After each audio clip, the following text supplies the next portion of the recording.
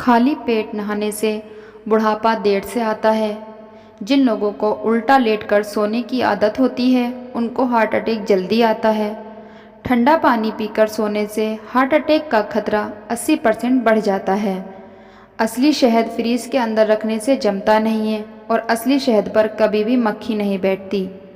मासिक धर्म के दौरान महिलाओं को ठंडे पानी का सेवन बिल्कुल भी नहीं करना चाहिए। ऐसा करने से दर्द और बढ़ जाता है।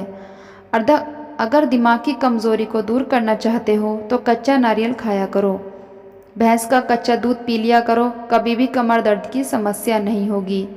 अगर कुछ तला हुआ खाने से आपका पेट भारी लगने लगता है तो आप गर्म पानी में काला नमक और नींबू डालकर पी सकते हैं।